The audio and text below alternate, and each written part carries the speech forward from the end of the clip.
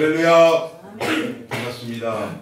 오늘은 2018년도 추수감사 주일 예배로 하나님께 올려드리는 날입니다. 그리고 또 지난 15일 날 여러분들 지난 3년 동안의 모든 그 학업에 결실을 맺는 수능 고사를 치렀던 날이에요. 여러분들 참 고생 많으셨습니다. 이 시간 말씀 나누기 전에 우리 서로에게 좀 격려하고 위로하는 시간 가졌으면 좋겠습니다. 우리 좌우 앞뒤 옆 사람에게 참 수고하셨습니다 하고 좀 인사 나누는 시간 갖도록 하겠습니다. 수고하셨습니다. 수고하셨습니다. 고생 많으셨어요. 여러분들 이제 주사위는 던져졌습니다.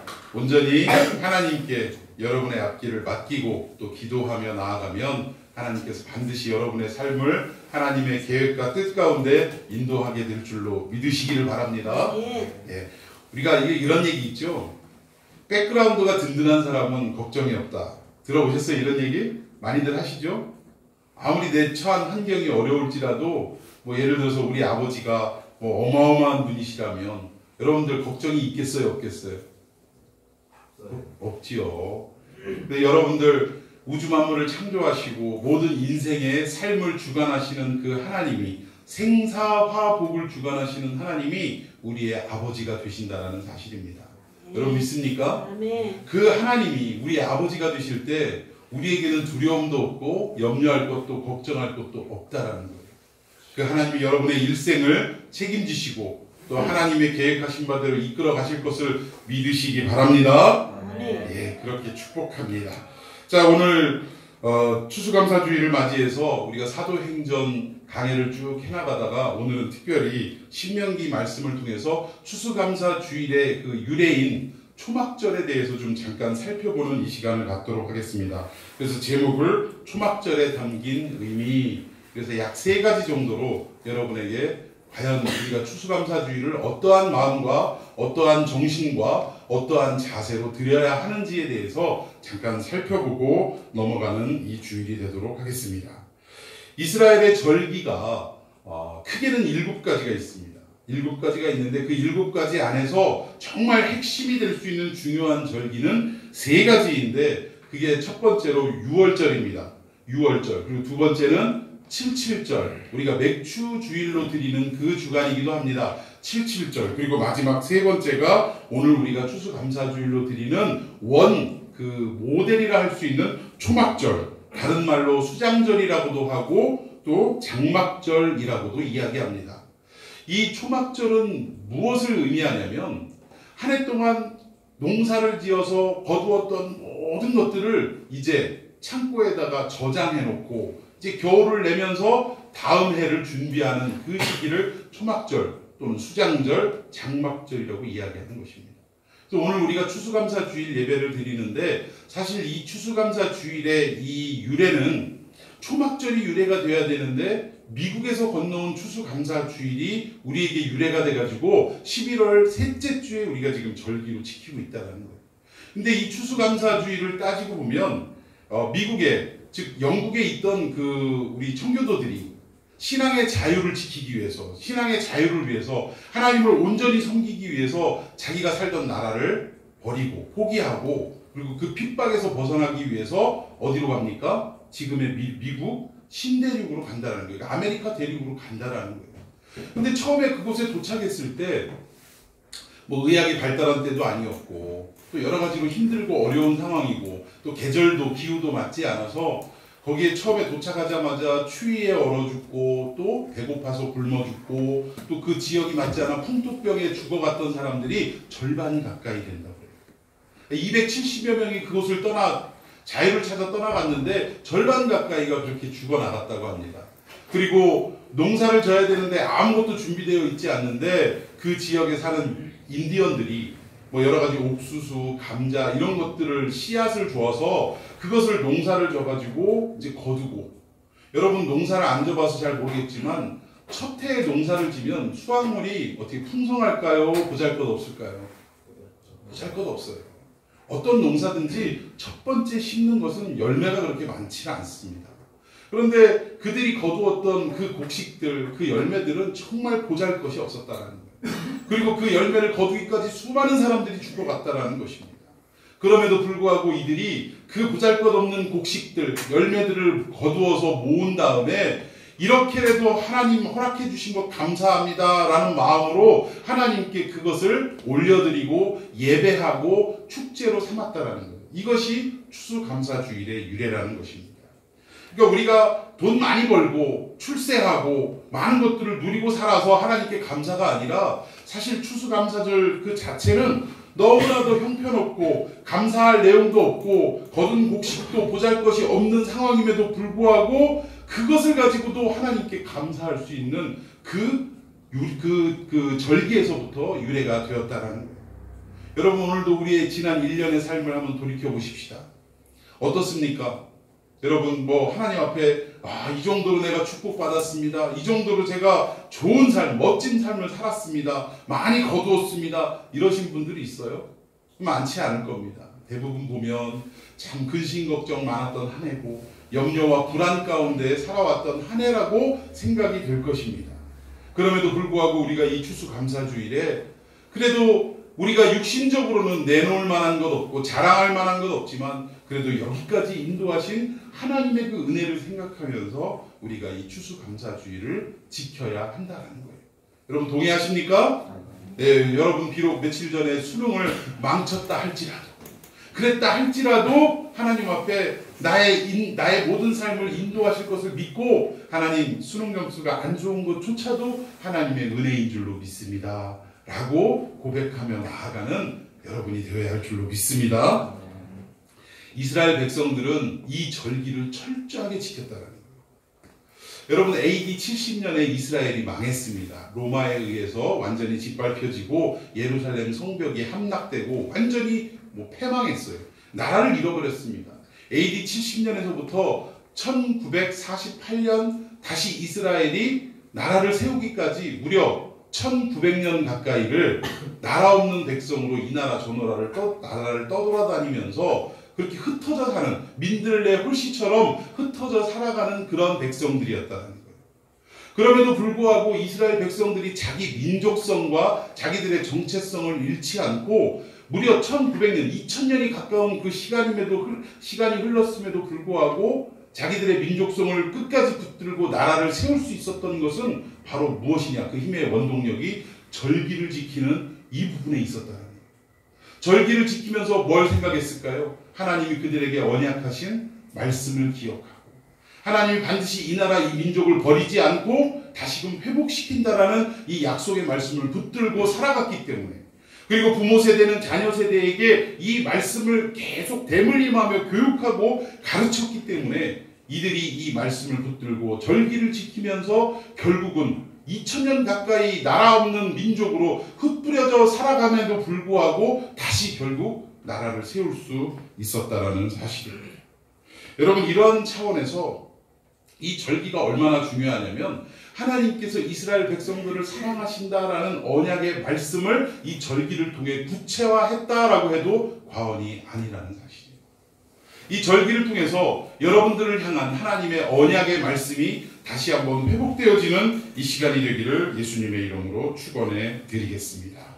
오늘 특별히 이 초막절이라는 절기를 통해 하나님이 어떤 부분을 강조하셨는가 우리 한번 본문을 통해 하나씩 살펴보도록 하겠습니다. 먼저 13절 다 같이 읽습니다. 시작. 너희 타작마당과 포도주틀에 소출을 거두어 드린 후에 이래 동안 초막절을 지킬 것이요. 여러분 초막절 기간이 며칠이라고 되어 있습니까? 이래라고 되어 있습니다. 그러니까 한 주간, 이래는 일주일을 얘기하는 거예요. 그런데 원칙적으로 따지면 이 초막절은 안식일에서 시작을 해서 다음번 안식일에서 끝이 나기 때문에 날짜로 따지면 7일이 아니라 며칠이에요? 우리로 따지면 그 당시 안식일은 토요일입니다. 토요일날 시작해서 토요일날 끝났으니까 며칠간인 거예요? 8일간인 거예요. 8일. 7일이 아니라 8일이라는 사실입니다. 그래서 마지막 8일 안식일제, 그러니까 안식일에서 시작해서 안식일날 끝이 나는데 이 마지막 끝이 나는 안식일을 뭐라고 얘기하냐면 큰 명절이라고 표현을 해요. 큰 명절. 이것이 예수님 당시에 예수님이 그 행하신 일들 가운데 표현할 때 큰 명절이라고 표현이 되어 있는 부분들이 있습니다. 자, 그래서 이 안식일을 큰 명절이라고 하는데, 자, 우리 14절 계속해서 읽어봅니다. 14절 시작. 절기를 지킬 때에는 너와 내 자녀가 노비와 내 성중에 거주하는 레위인과 객과 고아와 과부가 함께 즐거워하되. 이 안식일 날 그리고 이 큰 명절 날 초막절을 지키는데 어떠한 자세로 지켜야 되느냐? 14절 마지막 부분에 어떻게 지키라고요? 즐거워하며 지켜야 된다. 묻습니다. 오늘 이 추수감사절, 초막절의 유래를 둔 이 추수감사절을 지키기 위해 이 자리에 오신 여러분들, 즐거움으로 이 자리에 오셨습니까? 기쁨으로 오셨습니까? 하나님이 추수감사주의를 지킬 때, 초막절을 지킬 때는 어떤 자세로 지키라고 하느냐면 즐거워하며 지켜라라고 말씀하셨다라는 거예요. 그런데 이 말씀이 시제로 따지면, 그러니까 그 문법으로 따지면 이 청유형이 아니라는 거예요. 야, 니들 좀 즐거워해 줄 수 없겠니? 이런 청유형이 아니라 명령형이라는 것입니다.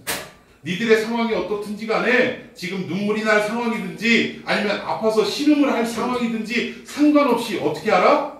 즐거워하라! 라고 명령형으로 말씀하셨다는 거예요. 자, 우리 15절 말씀도 더 읽어보도록 하겠습니다. 시작! 내 하나님 여호와께서 택하신 곳에서 너는 이래 동안 내 하나님 여호와 앞에서 절기를 지키고 내 하나님 여호와께서 내 모든 소출과 내 손으로 행한 모든 일에 복 주실 것이니 너는 어떻게 하라고요? 즐거워하는데 어떻게 즐거워하라고? 온전히 즐거워하라 라고 하나님 명령형으로 우리에게 말씀하셨다라는 것입니다. 왜 그럴까? 지난 한 해를 우리가 돌이켜보면 사실 즐거워할 일이 있을까요? 없을까요? 물론 하나님 앞에 복을 받아서 즐거운 일이 계속되는 분들도 있었을 것입니다. 그러나 대부분은 어때요? 이 인생이라는 것을 뭐라고 얘기하냐면 고해라고 얘기합니다. 괴로울 고자에 바다해. 그래서 우리 인생살이를 뭐라 그래? 괴로운 바다와 같다라고 이렇게 표현을 한다라는 거예요. 그만큼 우리 사는 게, 왜 여러분들 노래에 있죠? 내가 웃는 게 아니고 사는 게 아니다라는 그런 가사가 있는 것처럼 우리의 인생이 즐겁고 기쁘지만은 않더라는 거예요. 오히려 기쁘고 즐거운 일보다 괴롭고 고달픈 일들이 더 많이 있다라는 것입니다. 여러분들 얼굴 보니까 며칠 전에 목요일날 수능 본 그 결과가 그렇게 결국 여러분들에게 즐겁고 기쁘지만은 않은 것 같아요. 그래요, 안 그래요? 뭐 이게 예측한 대로 기대한 대로 점수를 받은 사람도 있겠지만 그렇지 않은 사람도 더 많다라는 거예요. 그럼에도 불구하고 하나님은 이 며칠 되지도 않은 지금 내 마음이 그 수능에 대한 여파 때문에 충격에서 벗어나지도 않은 이 상황인데도 불구하고 하나님이 이 주의를 지킬 때, 이 추수감사주의를 지킬 때 어떻게 지키라고 명령하고 있다고요? 즐거워하라. 그것도 온전히 즐거워하라 라고 명령하고 계신다라는 것입니다. 우리가 육신적으로 생각할 때는 지금 약 올리세요 하나님. 내 마음이 지금 쓰라리고 아주 그냥 뭐 아무것도 생각하고 싶지 않은 고달픈 상황인데 뭘 가지고 기뻐하고 즐거워하라고 하시는 겁니까? 하나님, 저 약 올리세요? 이렇게 말할 수 있는 상황밖에 되지 않는다 할지라도 하나님의 이 말씀하신 이 명령의 의미를 우리가 안다면 다시 한번 그 하나님께 즐거워하고 감사할 수밖에 없다는 것입니다. 여러분, 데살로니가전서 5장에 보면 예수 믿는 그 사업체라든가 뭐 또 가정에 들어가 보면 이 말씀이 문구로 많이 붙어 있어요. 항상 기뻐하라. 쉬지 말고 기도하라.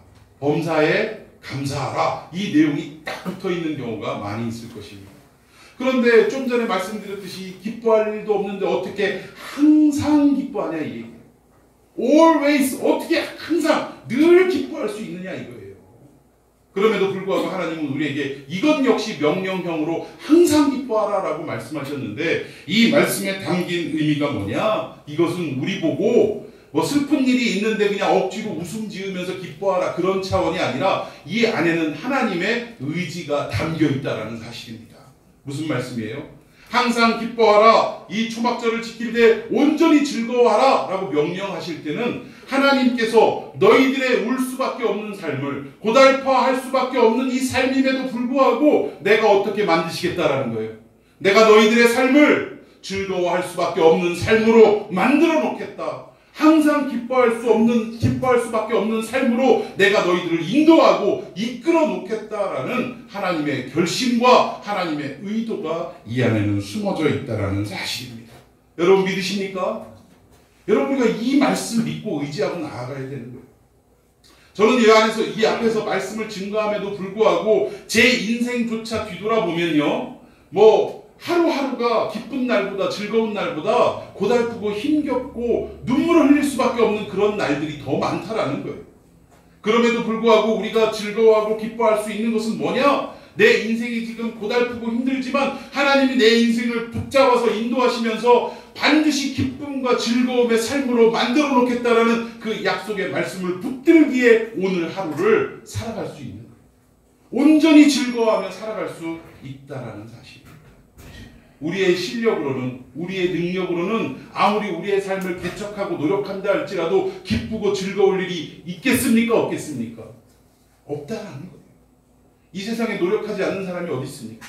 다들 자기만의 행복을 얻기 위해서, 자기만의 즐거움을 얻기 위해서 다들 노력하는 거예요.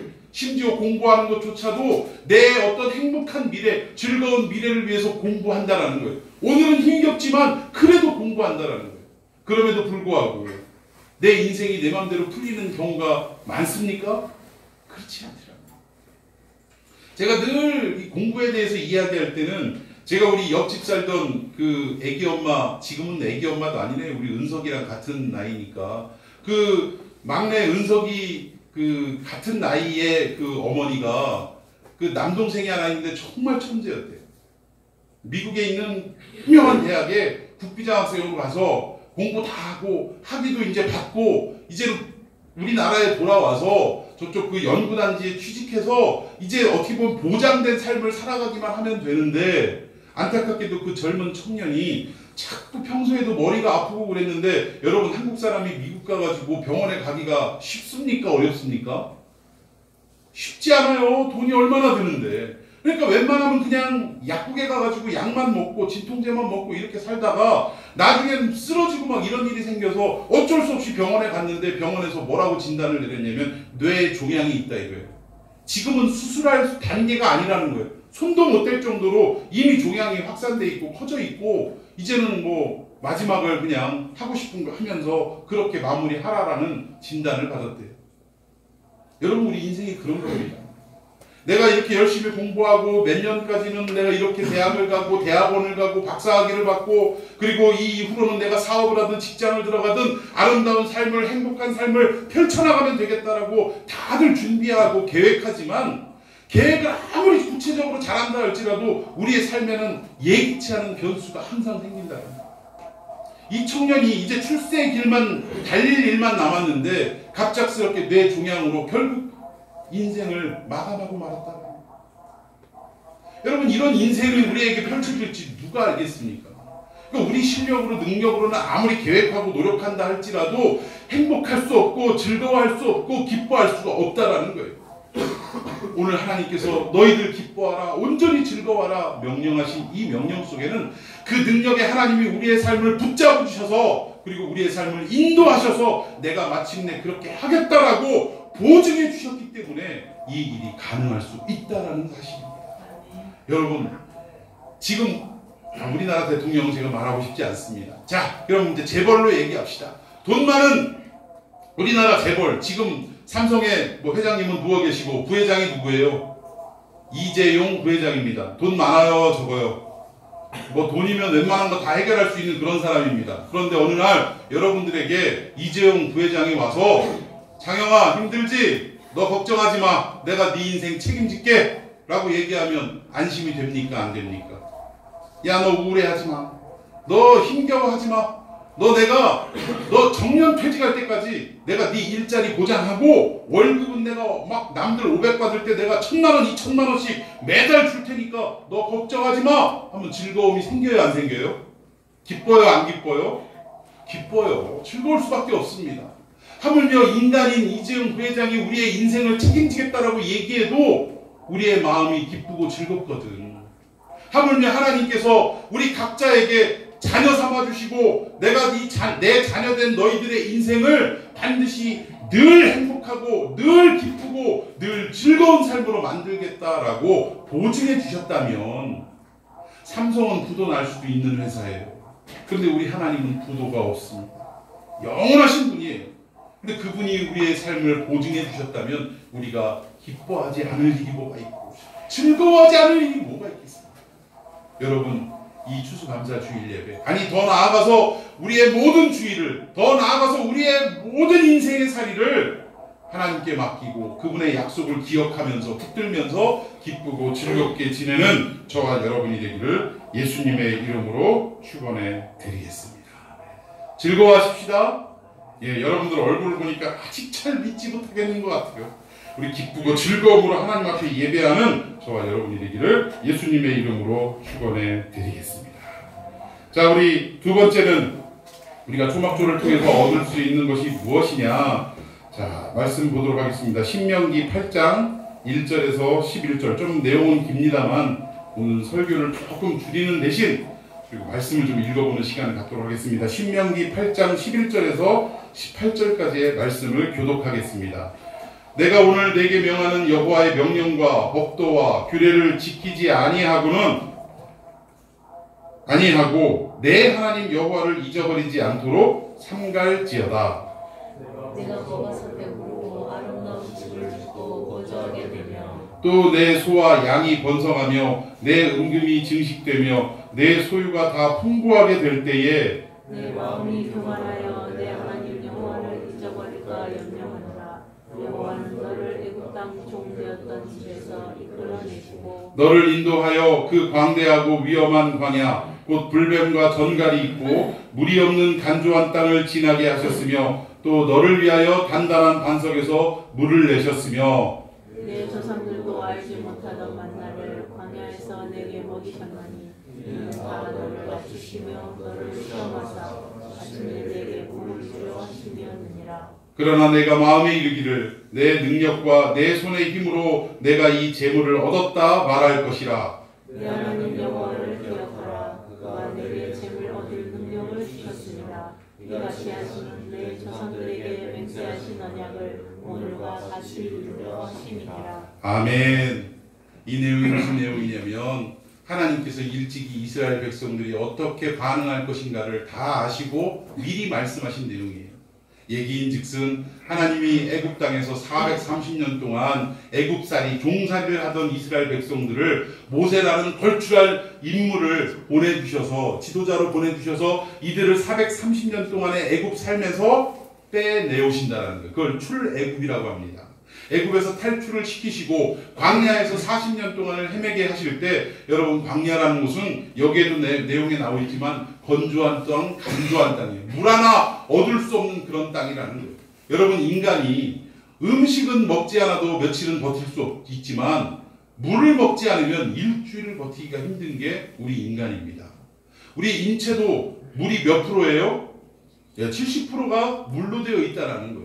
그만큼 물은 없어서 안 될 그런 중요한 요소임에도 불구하고 이 광야라는 땅에 물 한 모금 먹을 수 없는 그런 어려운 땅이었다라는 거예요. 농사는 뭐 지을 수 있는 건 말도 못 지을 수 없는 거는 말도 뭐 할 수 없고 물조차 얻을 수가 없는 땅이었다라는 거예요. 그런데 이 땅을 몇 년 동안 헤매게 하셨냐면 40년 동안을 유리 방황하게 하셨는데 이 40년 동안 먹을 것을 어디서 구했냐? 어디서 구했어요? 매일 새벽 하늘에서부터 만나라는 것이 내려왔어요. 지금까지 만나가 어떻게 생겼는지 확인한 사람은 없습니다. 왜? 그때 내리고 이미 사라졌기 때문에. 하늘에서 매일같이 만나를 내렸어요. 재미있는 것은 안식일 전날은 똑같이 내렸지만 매일 하루하루 그날 먹을 것을 걷어가다가 안식일 전날은 어떻게 해요? 며칠치를? 이틀치를 걷어가고 안식일 당일날은 만나가 내리지 않았습니다. 왜? 온전히 하나님께 예배하라. 이렇게 40년 동안을 만나가 하늘에서 내렸고 또 고기가 먹고 싶다 할 때 동풍을 불게 하셔서 메추라기 떼를 보내셔서 고기를 먹게 하셨고 또 심지어 우리의 의복과 신발이 헤어지지 않도록 하나님이 그들을 보호하셨다는 거예요. 여러분 오늘날 40년 동안 헤어지지 않는 질긴 옷 있습니까? 여러분 좋아하는 나이키며 아디다스며 40년 동안 그 험한 비포장을 돌아다닐 때 빵꾸나지 않고 헤어지지 않는 신발이 있어요? 없다라는 거예요. 그럼에도 불구하고 그때 당시에 하나님이 이스라엘 백성들을 40년이나 먹을 것을 허락하시고 또 의복을 허락하시고 신발이 헤어지지 않도록 일일이 지켜주시는 삶을 살았음에도 불구하고 이스라엘 백성들이 이 하나님의 행하신 일들을 자손만대로 교육하고 가르치지 않고 절기를 지키지 않으면 어떤 일이 생기느냐? 이 모든 것이 다 누구의 능력이다? 내 손의 힘과 내 손의 능력으로 가능할 수 있었다라고 생각한다. 여러분, 우리 인생도 그렇습니다. 우리가 하나님 앞에 간절하게 기도하고 하나님이 우리를 불쌍히 여기셔서 우리를 출세의 길로, 성공의 길로 인도해 주셨다고 생각해 봅시다. 그때 우리 인간들이 하나님의 말씀을 늘 기억하고 하나님의 절기를 지키며 늘 이렇게까지 인도하신 분이 하나님이십니다 라는 것을 우리 스스로 배우고 교육하고 우리 스스로 하나님 앞에 기도하지 않으면 어떻게 되느냐?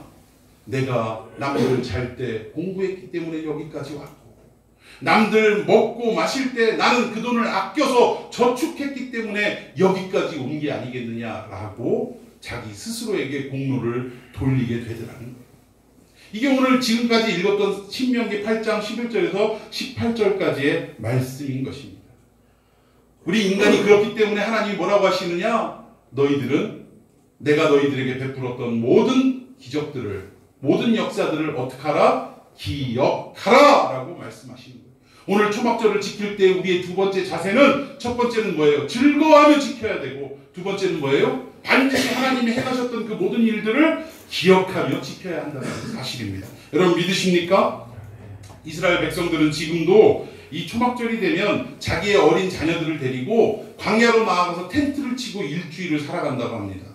그러면 자녀들이 물어봐요. 아빠, 왜 편안한 우리 집 놔두고 이 광야에서 텐트 치고 왜 살아? 왜 이렇게 고생을 해야 돼? 먹을 것도 시원찮고 또 어때요? 모든 일상생활 씻기나 제대로 하겠어요? 어떻게 하겠어요? 힘들고 어려운 일들을 왜 택하느냐라고 물어본다라는 거예요. 그때 아버지 된 이 가장은 그 자녀에게 뭐라고 하냐면, 과거 우리의 조상들이 애굽에서 종살이를 400년 동안 해왔는데 하나님이 우리를 긍휼히 여기시고 하나님의 약속 가운데 우리를 애굽으로 가나안 땅에 들이기 위해 애굽에서 탈출시켜 주시고 광야에서 우리가 40년 동안 유리방황할 때 먹을 게 없는 이 땅에서 하나님이 만나를 주셨고 하나님이 의복을 주셨고 하나님께서 신발이 헤어지지 않도록 우리를 지켜주셔서 우리가 마침내 이 가나안 땅에 들어와서 살아갈 수 있게 되었다라고 자녀에게 가르쳐줬다는 거예요. 여러분, 이 신앙이 대물림이 돼야 될 줄로 믿습니다. 그리고 이 하나님의 하셨던 모든 역사들을 기억할 때 비로소 어떻게 되느냐? 하나님의 그 행하신 모든 일들을 나의 힘과 나의 노력과 나의 공로로 돌리지 않고 하나님께 온전히 영광을 돌릴 수가 있게 되더라는 사실이에요. 여러분, 오늘 이 초막절 하나님께 영광 돌리는, 하나님께 모든 공로를 돌려드리는 저와 여러분이 되기를 예수님의 이름으로 축원해 드리겠습니다. 마지막 세 번째입니다. 자, 우리 17절 말씀 다 같이 읽습니다. 본문 17절입니다. 시작. 각 사람이 내 하나님 여호와께서 주신 복을 따라 그 힘대로 드릴지니라. 아멘. 여기에 보면 초막절을 지키는 마지막 세 번째 자세가 뭐냐? 힘대로 지키라. 각 사람에게 복을 주신 대로 그 힘대로 지키라라고 하나님 말씀하고 있다라는 것입니다. 이건 뭐냐면 많은 오해들이 있어요. 힘대로 드려라 그러니까 뭐 추수감사주일날 적당히 그냥 헌금하지 말고 다른 때보다 더 힘과 열을 다하고 뭐 액수를 늘려서 하나님 앞에 드려라, 이렇게 강조하고 잘못 가르치는 경우가 많다라는 것입니다. 여기서 복을 따라, 하나님이 우리들에게 주신 각자의 분량을 따라 복을 따라 힘 다해서 드리라는 것은, 여러분, 어떤 사람은 똑같이 일을 해도 5을 거두는 사람이 있습니다. 그런데 어떤 사람은 똑같은 노력을 기울였음에도 불구하고 10을 거두고 20을 거두는 사람이 있어요. 그러면 이때 우리는 어떻게 해야 되느냐? 5을 거둔 사람은 하나님이 주신, 거두시게 한 그 안에서 힘을 다해 최선을 다해 하나님 앞에 드리면 된다는 거예요. 20을 거둔 사람은 20을 주신 하나님 그 은혜에 감사드리며 힘을 다해서 드리면 된다는 것입니다. 즉 하나님이 우리 각자에게 주신 그 복대로, 분량대로 우리는 최선을 다하기만 하면 되는 거예요.